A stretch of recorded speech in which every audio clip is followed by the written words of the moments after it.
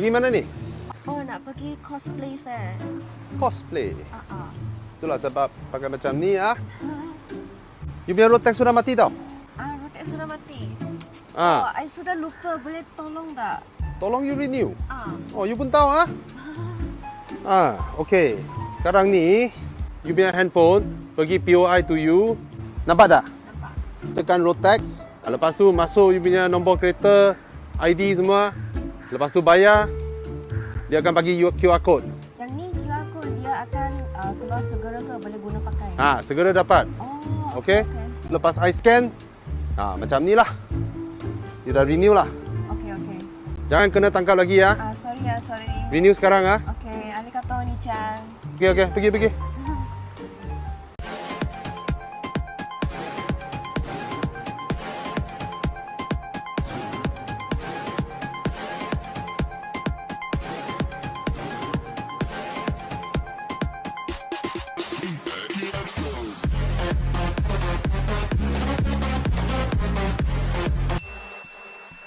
So we have arrived at Audi Forum.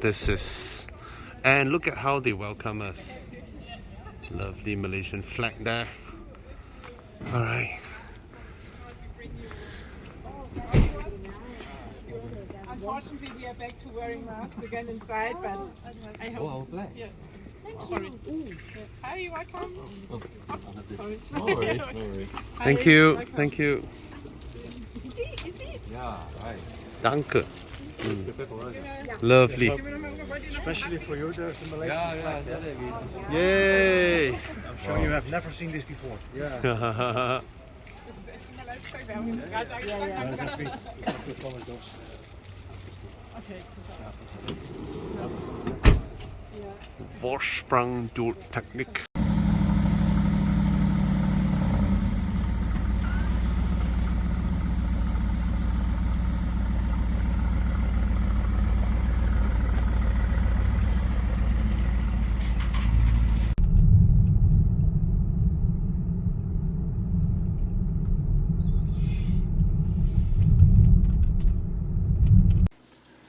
Alright guys, I'm behind the wheels of the Audi RSQ8 and these are tight roads, tight countryside roads, so I need to pay attention and I should do so because my co-driver is Audi Malaysia's boss.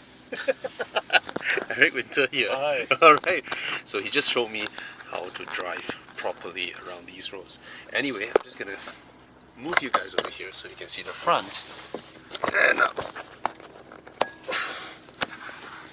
and I'm gonna concentrate on driving and not hitting 23-inch wheels on curbs. Alright, let's go.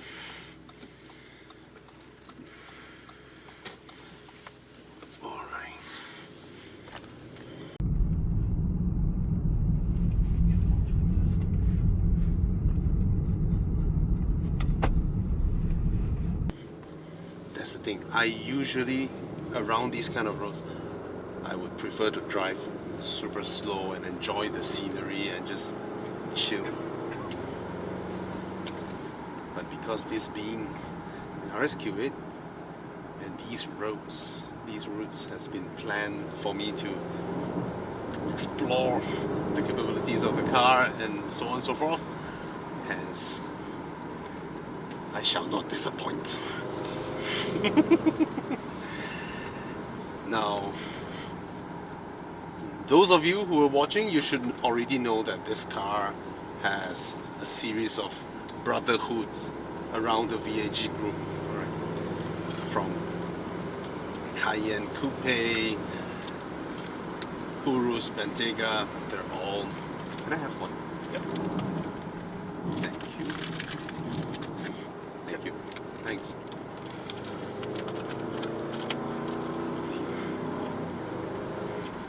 Now, of course, I'm in the most dynamic mode and it makes the required sound. And this one has the 48 volt system. Ooh. But the thing is, as much as Leviathan. This is it's pretty easy. Very easy to judge, very easy to put power down, and this gem of an engine, 4-litre V8 bi-turbo is... I mean, I have one, so of course this is a newer one, more powerful. Oh, lovely. What a sight. What a sight. It's amazing, you know, this morning I'm around the track of Neuburg driving a 2.4 ton electric car, and it's just so easy, so drivable, and now I'm in a 2 ton as well. I suspect this might be lighter than the e-tron. This could be lighter. Yeah, but around there. And it's also that, look at that,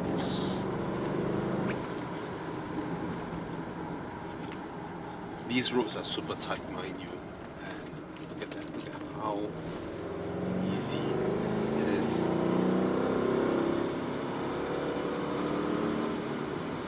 The transmission mapping, the suspension, so it's like it's like 100 kilograms lighter than the e-tron. Amazing chassis, amazing dynamics. Look at that, it's so easy.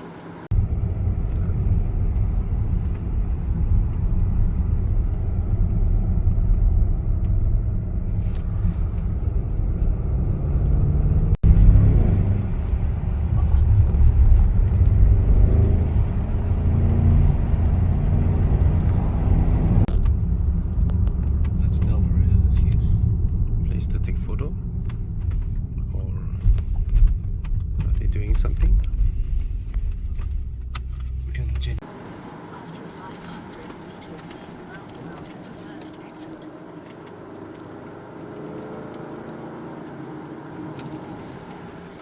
Woohoo! Sorry for that. You know, driving in, you would have thought you are the biggest car around these tight roads, and there comes a farm tractor with wheels larger than my car. Yeah. There's a little Opel there, I think. Oh. Now it's nice to hear the sound of a rumbling V8 after a whole morning of mixed sensation of high velocity with low audio, you know, inputs from the ear. I mean, albeit we have those really beautiful but engineered sound, you know, from sound engineers. They compose that kind of sound. They visualize them, they envision them, and then they create them. And now in a petrol combustion car, of course, I get that reward. However, just now when we got down the cars with another e-tron, all of us was like, why is this car so noisy? Because the fans are running, the auxiliaries are all, the car is breathing, you know, and yeah, it's, sorry to say, noisy. Yeah.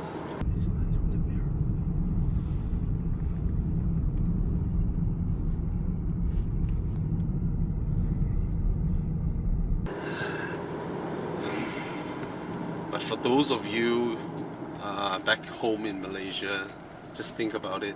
A proposition like this is something that I don't even need to sell it to you, because these kind of cars, back then, the only thing that they can't do is for you to dive into a corner, and now they do it so well.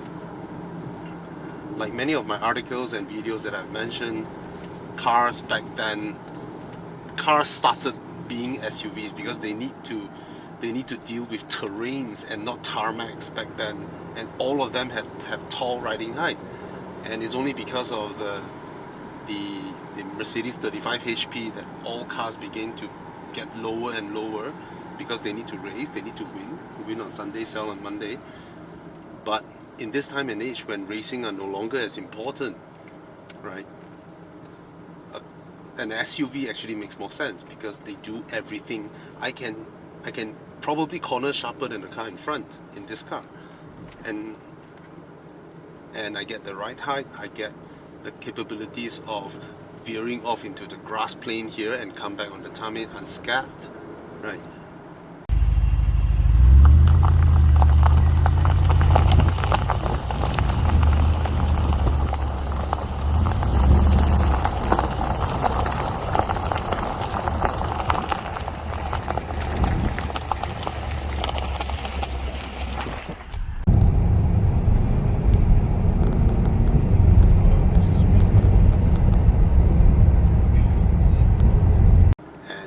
Luggage capacity and all that.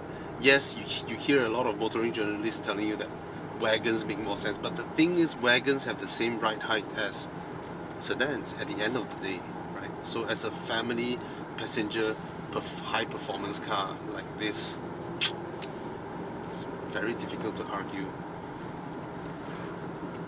I mean, don't bring it to Sepang, you know, you can, but nah, that you need, at the end of the day, you know, a proper sports car, be it, you know, those who do it better anyway.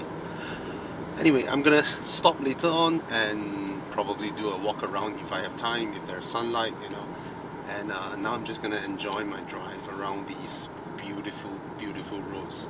Remember, cars like these were created in countries where people surrounding are like that, you know. And yeah, it's so nice, be it the country roads or the highways and all that. Alright, gonna enjoy my drive. Cheers.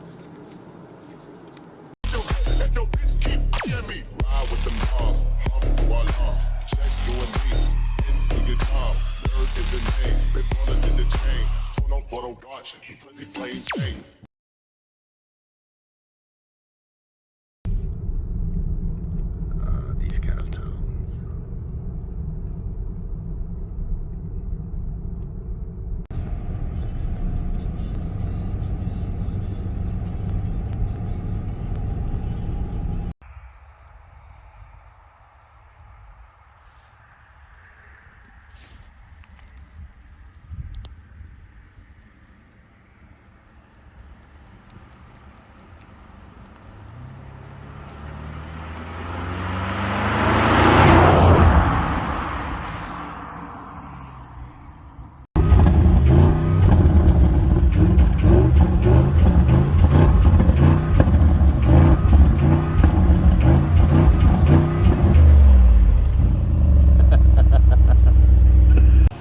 Now you can spot the dirt.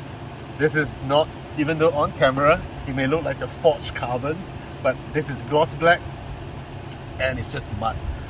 And having mud splash onto the car, rain, water, dust, is actually what Audis are built for, right? Because the whole brand was built forth on rallying, because Audi was the first car maker in the world who manages to reduce the height of four-wheel drive cars so that they can go rally with four wheels being spun and yet having a low center of gravity. Anyway, back to this. Why do I mention rally? Look at Audi's new family design language. They have these little slits up here. No, they're not pass-through. They do not pass air through. That's not a downside because you have all these. But this is a homage to the original UR Quattro that, you know, demolished everybody in Group B rally. Now, the front fascia of the RSQ8, you see the radar sensors over here, which is expected in these days, you know.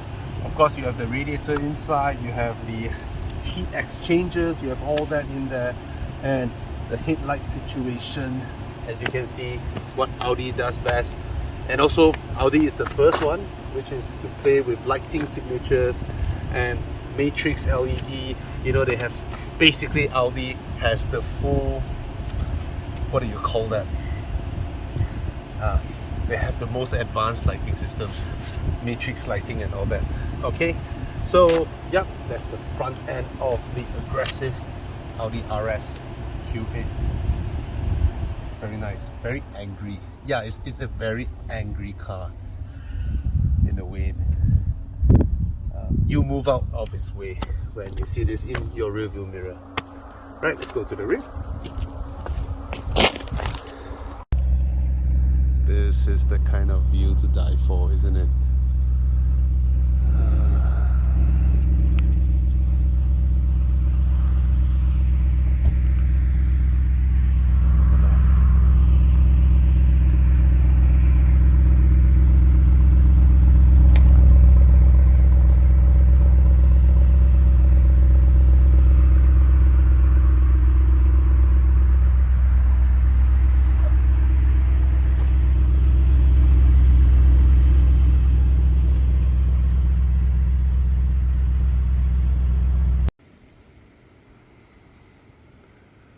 Speaking about amazement, look at the entire sky filled with chemtrails.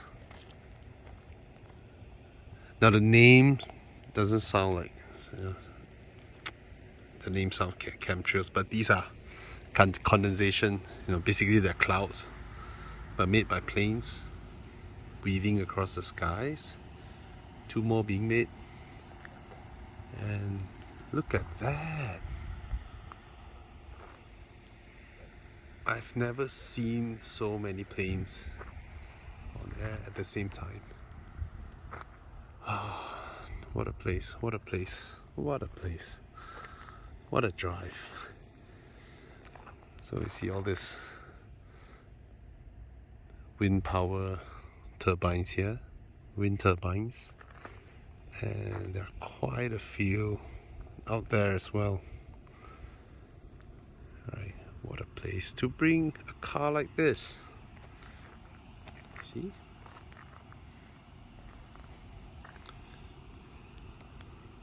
Come off the beaten path and you discover places like this. See? These are roads essentially, but not friendly for, you know, the usual cars, but with something like a RSQ8. Yeah, that's my co-driver, Eric Winter. Right, look at that. This, oh, what a view. What a view. What a view. Can you imagine if the RSQ8 has a convertible version? Oh, that would be so cool. Right. Look at that. Even if you just, you know, bring your other half and then you just sort of sit here and then just sit here for a couple of hours, you know, and probably let your kids run. Glass of wine, cheers, you know. Oh, the silence, the weather, the sky, the field, oh my god, it's just amazing.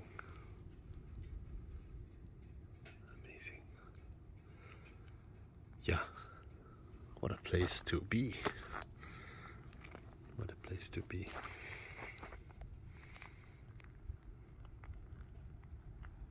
See that? SUV. Yeah. So think of it as a super high performance hatchback that has the right height to clear these kind of terrains. And it's a mega hatchback because it's huge. Alright, show you guys inside. And I am 5'11". Look at that. It's not a low car. And yeah, basically this is a very proven formula in terms of form factor now. A new kind of car, and I think they work damn well in terms of basically just going about doing everything. Oh, look at that. Oh, they must have done some proper recce.